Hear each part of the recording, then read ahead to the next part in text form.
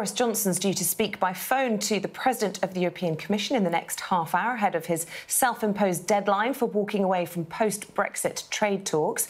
The Prime Minister's previously said he wants to know if a trade deal is possible by tomorrow when the leaders of the 27 EU countries meet in Brussels.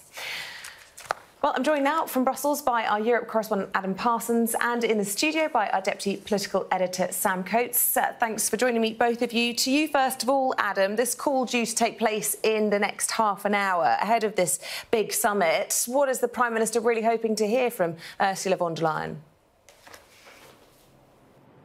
Well, I'm sure he would love to hear that there is a deal round the corner. He isn't going to hear that at all. I've spoken to multiple EU sources today from inside these institutions and also from member states, and not one of them thinks that a Brexit deal is, frankly, anywhere near. What they all say is that they want a deal, but not at any price.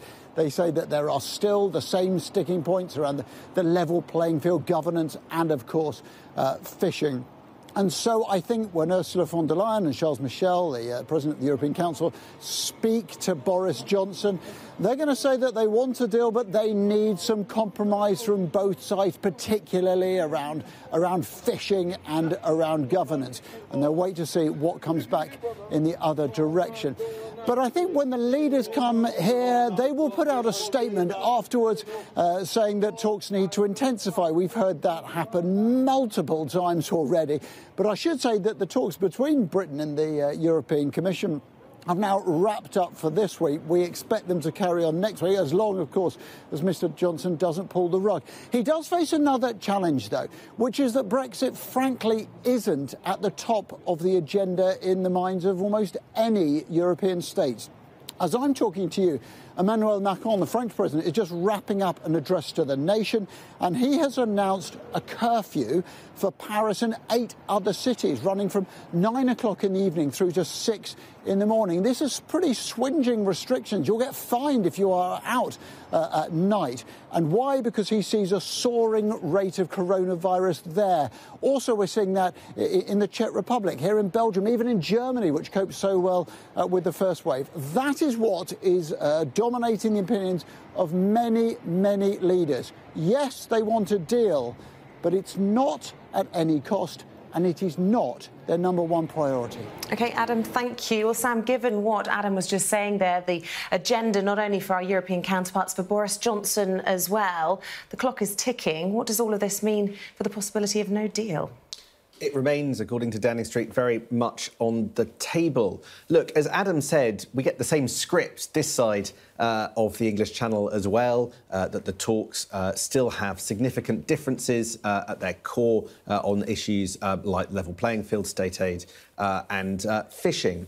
Now, there are plenty in Parliament, in the Conservative Party and in Cabinet that think that if the row only comes down really to fishing, then that's actually a signal that we're on course for a deal.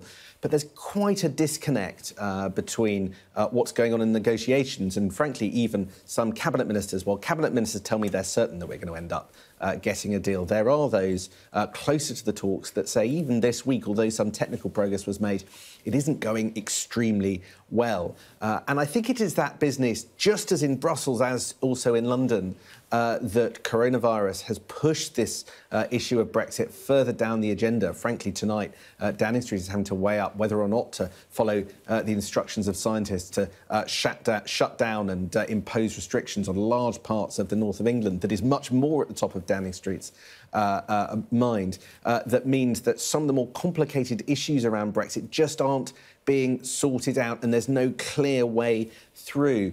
So where does that leave us? Well, I think on the issue of Brexit, there are differences that look hard to reconcile, and we will have to wait until Friday now, not tomorrow, to find out whether or not Boris Johnson is going to continue the talks further into October. But when you look at other issues that are also weighing on Boris Johnson's mind, most notably that extraordinary poll out of Scotland suggesting that 58% of people up there would now vote for independence versus 42% vote for the union, and whether or not a no-deal Brexit might weigh in that argument as well, then perhaps the calculation about just how far Boris Johnson might move starts to change.